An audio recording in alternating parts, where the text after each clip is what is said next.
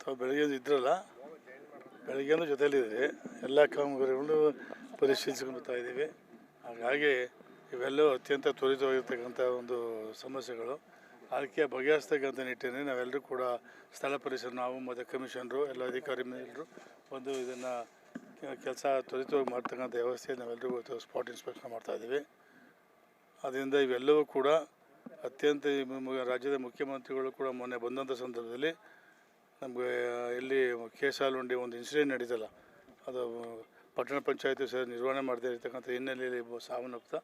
ಅದ್ರ ಹಿನ್ನೆಲೆ ನೀವೆಲ್ಲರೂ ಕೂಡ ವೆರಿ ಸೀರಿಯಸ್ ಆಗಿ ಇಲ್ಲಿ ನಿಮ್ಮ ವ್ಯಾಪ್ತಿ ಬರ್ತಕ್ಕಂಥ ಎಲ್ಲ ಬಡಾವಣೆಗಳಲ್ಲಿ ಕುಡಿಯೋ ನೀರು ಇರ್ಬೋದು ಮತ್ತು ಯೂಜಿಲ್ ಇರ್ಬೋದು, ಇದೆಲ್ಲ ಸಮಸ್ಯೆಗಳ ಬಗೆಹರಿಸ್ತಕ್ಕಂಥ ಹೇಳಿ ನೀವೆಲ್ಲರೂ ಕೂಡ ಕಾರ್ಯಪ್ರವೃತ್ತವಾಗಬೇಕು ಅಂತ ಹೇಳ್ತಕ್ಕಂಥ ಹಿನ್ನೆಲೆ ನಾವೆಲ್ಲರೂ ಕೂಡ ಈ ಒಂದು ಕೆಲಸವನ್ನು ಮಾಡ್ತಾಯಿದ್ದೀವಿ.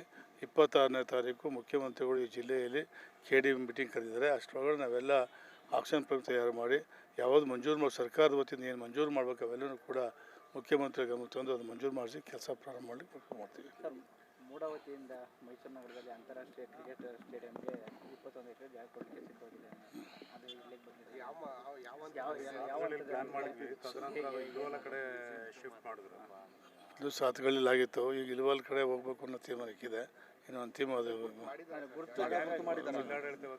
ಜಿಲ್ಲಾಡಳಿತ DC ಮತ್ತು ಜಿಲ್ಲಾ ಪಂಚಾಯತ್ ಜಿಲ್ಲಾಡಳಿತ ಮಾಡ್ತದೆ. ನಮ್ಮ ಒಂದು ಸಹಕಾರ ಕೂಡ ಇದ್ದೇ ಇರ್ತದೆ, ಅದಕ್ಕೇನು ತೊಂದರೆ ಇಲ್ಲ.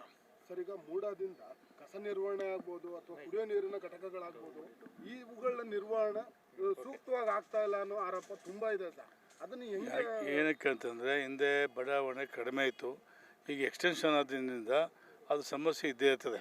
ಸಮಸ್ಯೆ ಒಂದೇ ಸಾರಿ ಎಲ್ಲವೂ ಕೂಡ ಪೂರ್ಣವಾಗಿ ಆಗೋದಿಲ್ಲ. ಅದರಿಂದ ಏನಾದರೂ ಸಮಸ್ಯೆ ಇದೆ, ಆ ಸಮಸ್ಯೆ ತಕ್ಕಂತೆ ನಾವು ಆ ಕೆಲಸಗಳನ್ನ ನಾವು ತ್ವರಿತವಾಗಿ ಮಾಡ್ತಕ್ಕಂಥ ಕೆಲಸ ಮಾಡ್ತೀವಿ.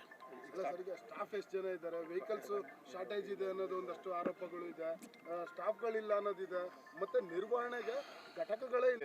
ಜನಸಂಖ್ಯೆ ಕಡಿಮೆ ಆಯಿತು, ಮನೆಗಳು ತದನಂತರ ಏನಾಯಿತು, ಮನೆಗಳೆಲ್ಲ ಜಾಸ್ತಿ ಟನ್ನೇಜ್ ಏನಿದೆ ಟನ್ನೇಜ್ ಜಾಸ್ತಿ ಆಗಿದೆ.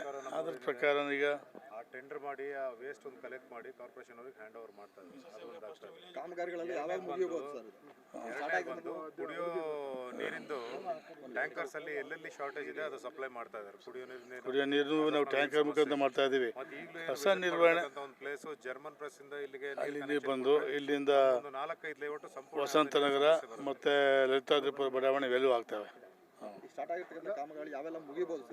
ಸಿಎಂ ಅವರ ಬಳಿಗೆ ಈ ತರದ ಸಮಸ್ಯೆಗಳಿಗೆ ಒಂದು ಹೊಸ ಪ್ಲಾನ್ ಏನಾದರೂ ಕೊಡ್ತಾರಾ? ಯಾಕೆಂದ್ರೆ ಕಸ ನೀರು ಇರ್ಬೋದು, ಕುಡಿಯೋ ನೀರು ಇರ್ಬೋದು, ಮೈಸೂರು ಪ್ರಾಧಿಕಾರದ ವ್ಯಾಪ್ತಿಯಲ್ಲಿ ಬರ್ತಕ್ಕಂಥ ಬಡಾವಣೆಗಳಿಗೆ ಪೂರ್ಣ ಪ್ರಮಾಣದ ಅನುಕೂಲ ಸೌಲಭ್ಯ ಸಿಗ್ತಕ್ಕಂಥ ವ್ಯವಸ್ಥೆಯಲ್ಲಿ 26ನೇ ತಾರೀಕು KDB ಮೀಟಿಂಗಲ್ಲಿ ನಾವು ಆಕ್ಷನ್ ಪ್ಲಾನ್